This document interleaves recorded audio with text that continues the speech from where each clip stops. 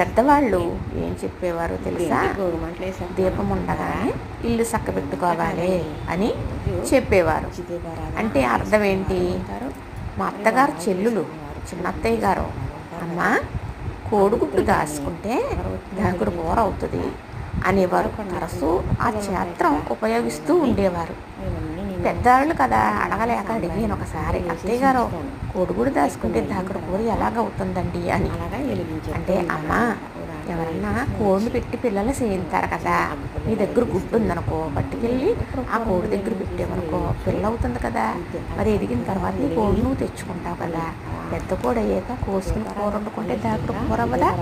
అలా కోడిగుడ్డుని ఒకళ్ళ దగ్గర పెట్టి పెంచి దాన్ని ఆస్తిలాగా మనం ఇంత చేసుకున్నాం కదా, అలా చేసుకోవాలి ఏదైనానని దాని అర్థం తల్లి అని మా అత్తయ్య గారు చెప్పారు.